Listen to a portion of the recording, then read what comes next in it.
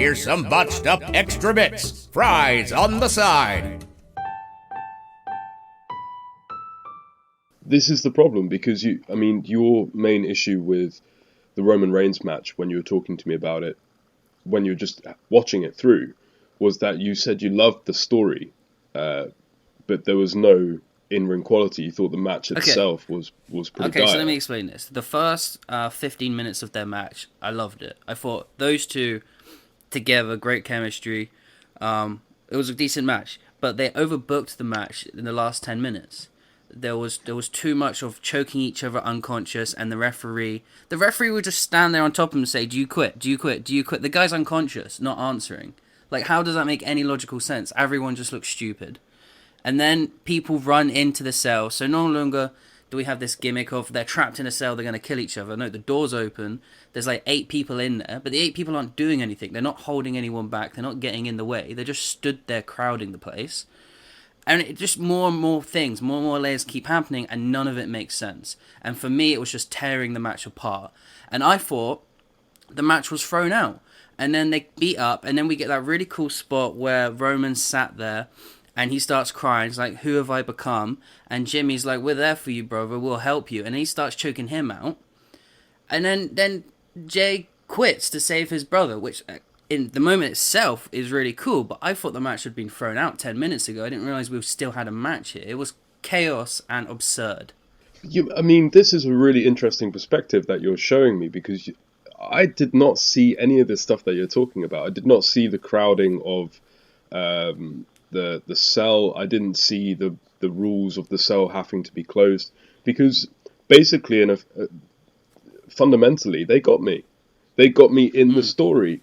Roman doing 3 spears on Uso, and then Uso saying, "I can't breathe," and they were just muttering to each other, and Roman saying over and over again to Jey Uso at one point, "Come on, Uso, let's go home, let's go home." Just talking to himself. Paul Heyman's getting a bit worried, not on behalf of Jey Uso, but on behalf of what Roman Reigns will do to Jey Uso when he gets back up. It felt vicious, it felt real. It felt bloodthirsty. It felt fitting for a cell match. And while I understand the points that you're making about the actual effectiveness of the reality of the situation of the match, I didn't notice, because I thought they did an excellent job of immersing me within that story, to the point where, I swear, man, I don't think you would have noticed this anywhere near as much if they had a crowd. So what do you think of the Wild Samoans making a cameo? Coming out in socks and sandals. So this was great as well. Yeah, it's cool. I read up somewhere about the garlands. So that the white garland represents peace and harmony and family and stuff, which is why Jey Uso tears it apart just before Roman gets in the ring. And the red garland is reserved only for the head of the tribe, for the kingsmen, for the lions of the Samoan tribe. So that's why they handed him a red garland and basically showed their approval over these losers, Usos, as the king. I love everything that they're doing with this, and they've tried to do this stuff before. Like, they gave us Cena Orton for a year and tried to tell us that there was this much intensity to it. But this stuff just writes itself. I wish commentary had explained that a bit better. They kind of got the point across that he was given the red one to be anointed as the leader of the family, but they didn't explain it as well as you just did.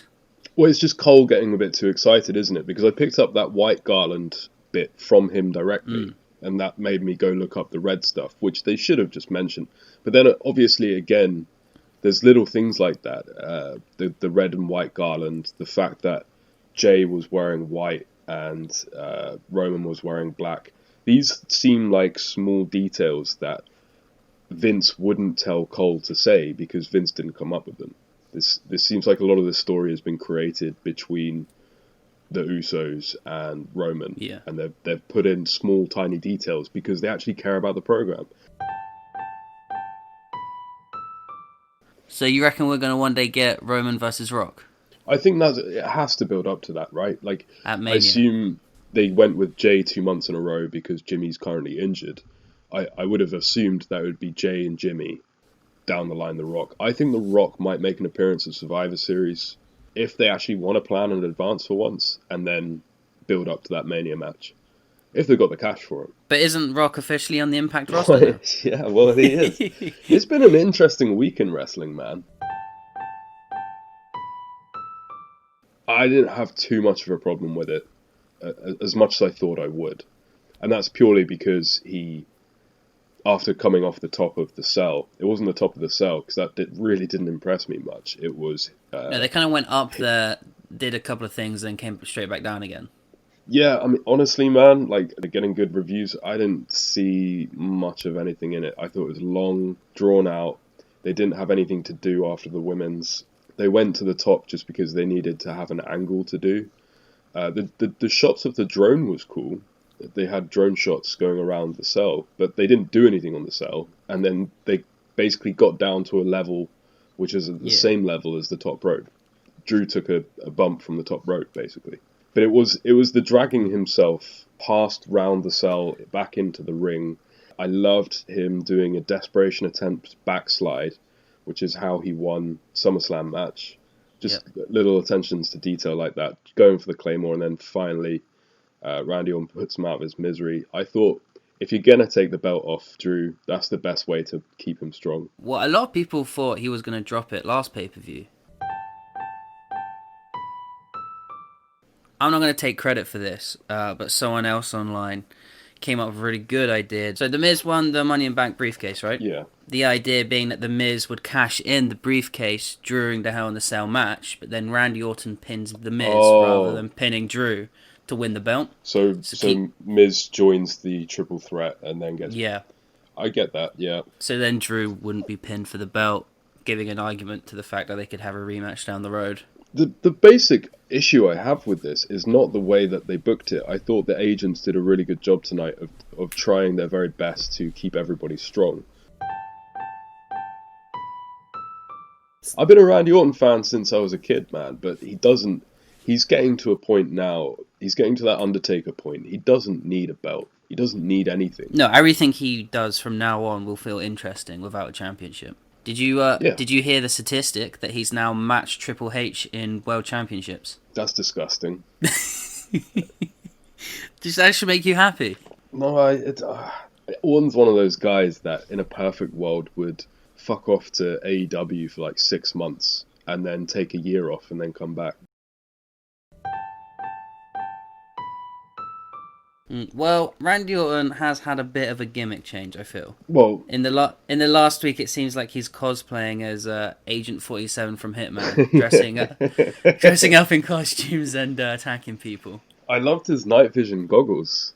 Yeah, but they didn't even look like night vision goggles. They more look like the goggles that Dr. Eggman wears in Sonic. Sure, yeah. I don't know. They were just painted green. I don't even know where they would have got them from. It was quite Splinter Cell, actually. And towards the end of his life, he kept a journal of his dreams. And I'm really fascinated at this point to see whether Vince McMahon is also doing the same thing, or whether the pay-per-views are just becoming fever dreams of his, honestly. Because I can completely imagine McMahon having a dream in which Randy Orton, in night vision goggles, takes out Ric Flair at the Big Show. Like, I'm waking up and thinking, God damn it, I need to get that on TV. It's the same thing with, like, Lauren Otis, right? JBL's... Oh, God, I actually went back and watched this. So JBL's the judge. Yeah. Ron Simmons just does his damn. Well, I'm glad that Ron Simmons has still got work in 2020. I mean, same. Why was Teddy Long there? He didn't even do a catchphrase.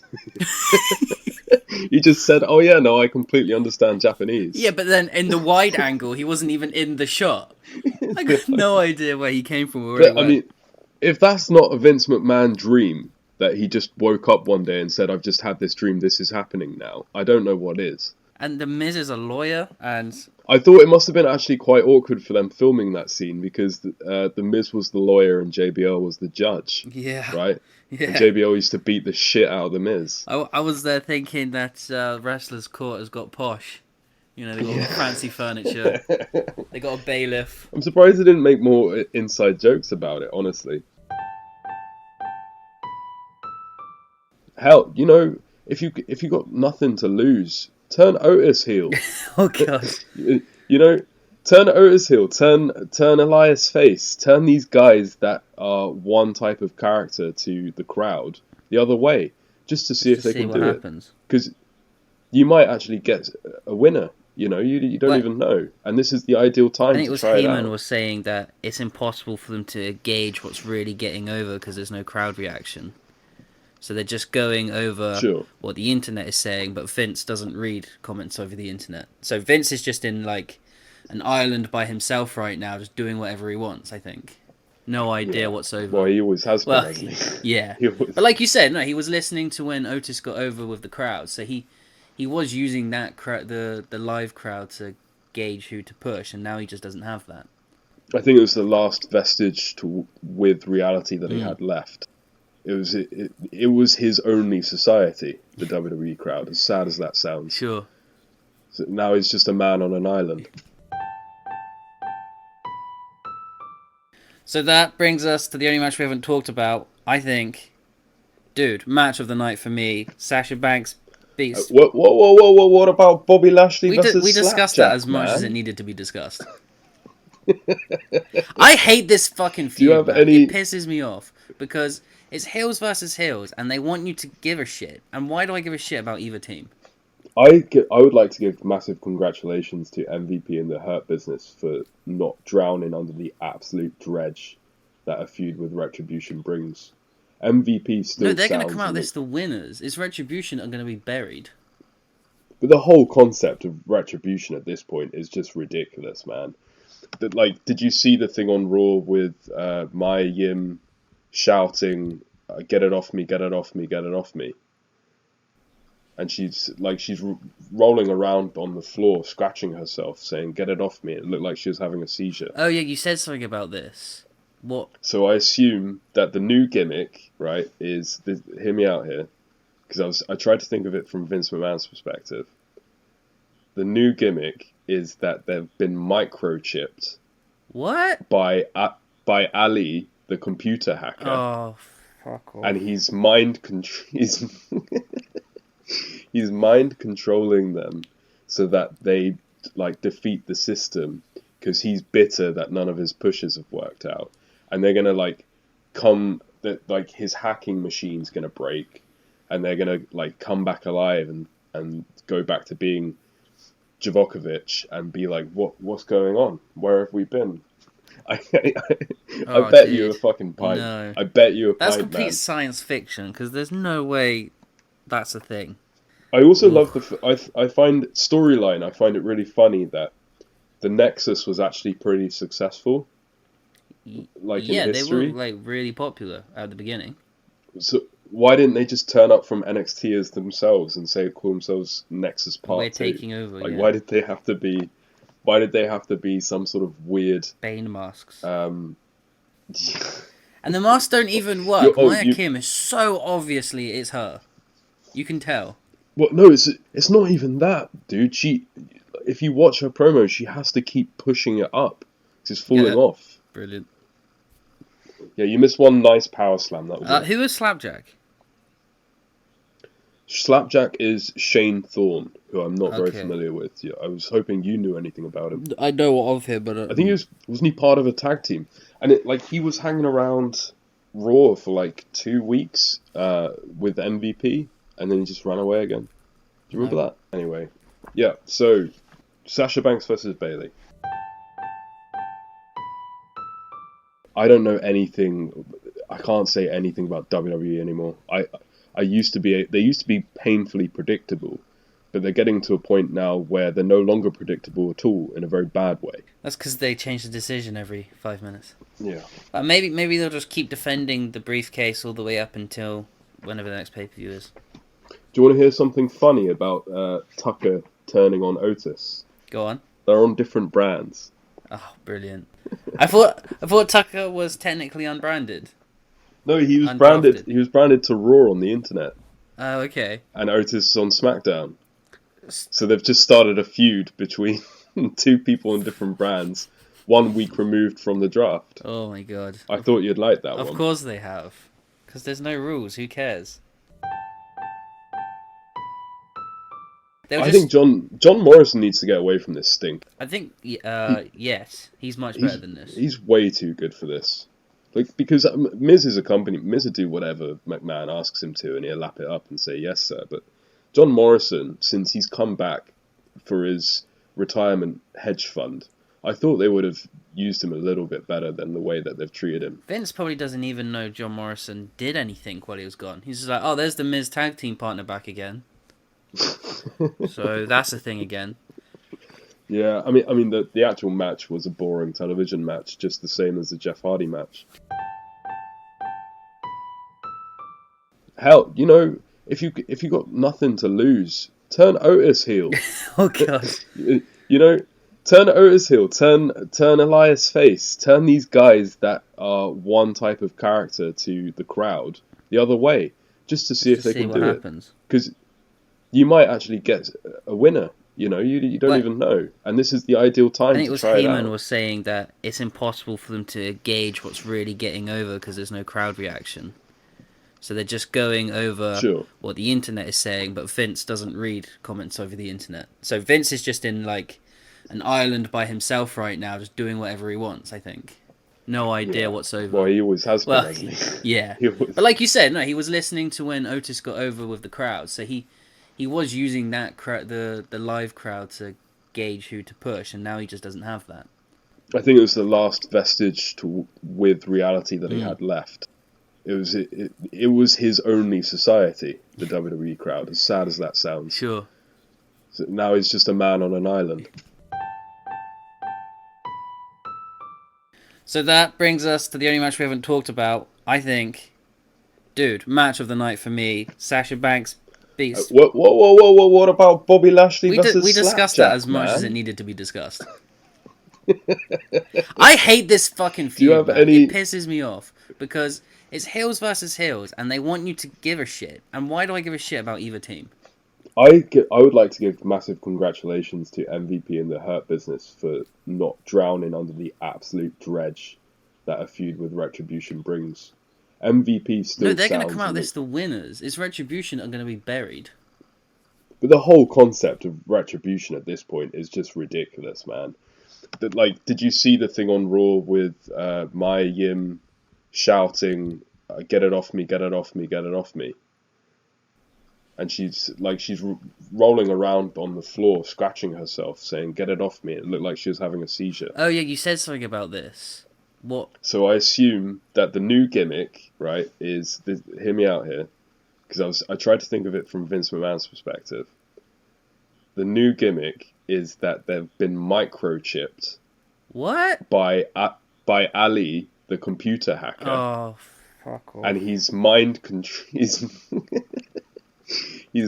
controlling them so that they defeat the system, because he's bitter that none of his pushes have worked out. And they're gonna his hacking machine's gonna break, and they're gonna come back alive and go back to being Djokovic and be like, what's going on? Where have we been? I bet you a fucking pipe. No. I bet you a pipe, That's complete man. science fiction, because there's no way that's a thing. I also love I find storyline. I find it really funny that the Nexus was actually pretty successful. In history. They were really popular at the beginning. So why didn't they just turn up from NXT as themselves and call themselves Nexus Part 2? We're taking over. Why did they have to be? Why did they have to be some sort of weird Bane masks? And the masks don't even work. Maya Kim is so obviously it's her. You can tell. Well, no, it's not even that, dude. If you watch her promo, she has to keep pushing it up. It's falling off. Brilliant. Yeah, you missed one nice power slam. That was who is Slapjack? Slapjack is Shane Thorne, who I'm not very familiar with. Yeah, I was hoping you knew anything about him. I know of him, but I think wasn't he part of a tag team? And he was hanging around Raw for 2 weeks with MVP, and then he just ran away again. Do you remember that? Anyway, yeah. So Sasha Banks versus Bayley. Do you know what? Do you know what Sasha was? Do you know what Bayley? Was trying to do with those two? Right, I wanted to talk about this because I actually loved this moment. So she went under the ring and got some duct tape, and then she couldn't open the duct tape. So she yells at the ref, "I'm really sweaty. Can you help me with this?" And the ref was like, "No, I can't help you."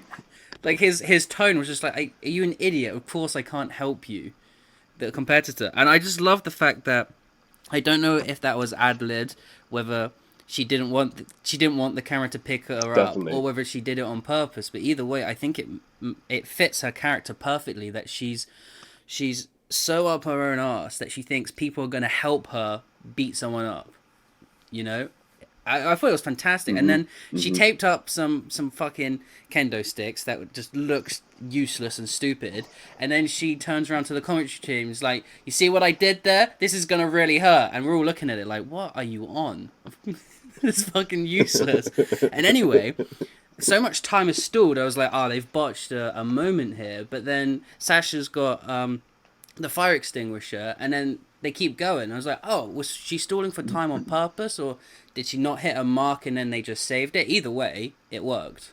This was definitely not on purpose. And can you imagine Ryback in the same spot? If someone else, that got really flustered, it would have looked awful. But they saved it. Whatever was meant to happen there. Yeah, everything about this was great. But then this is the problem. This is their first singles match, and they did it in a Hell in a It's not Cell. their Where first can single they go match. from Remember here? that stupid one last month. Well, yeah. But yeah, you're right. You're right. How But do you if you're the Hell in a starting Cell with- match, which had such a great finish and such a great uses of weapons all the way through? So once again, the Survivor Series, you have to have champion versus champion.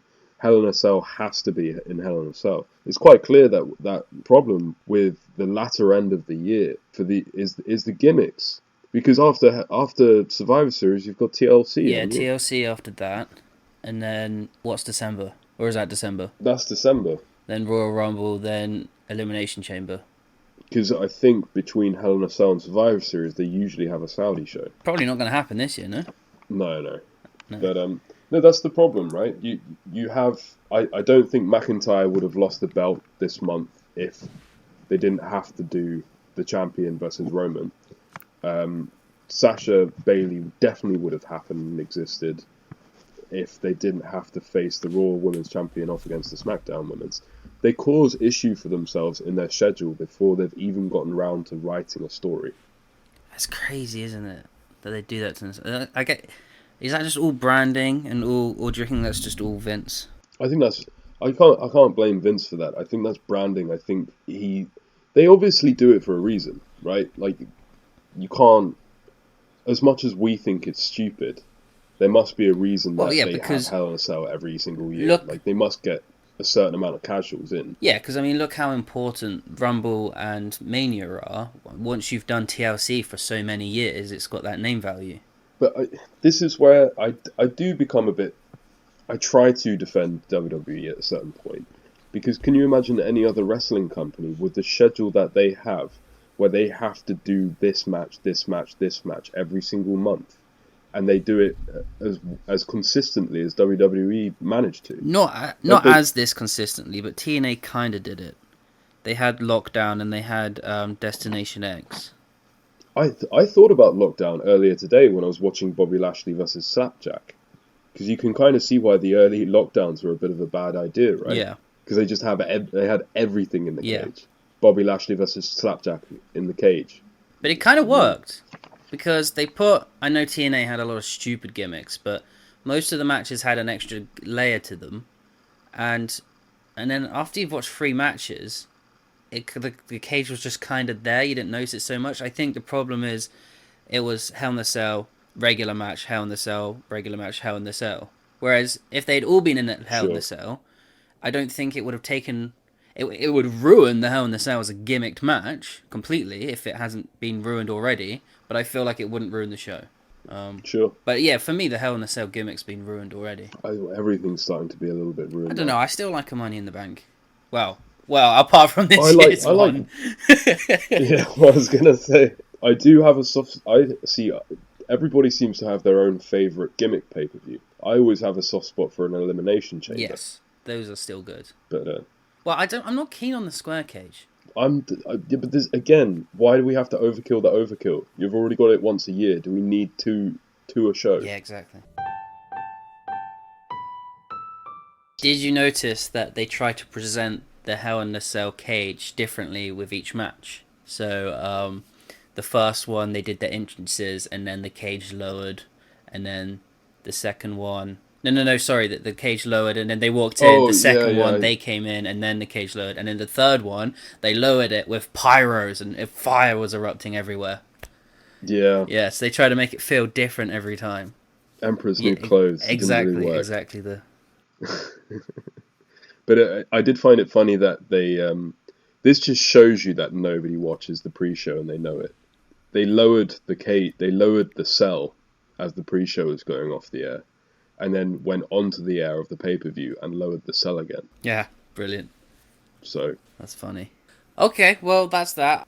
Like, share, and subscribe to keep it botched up, brother.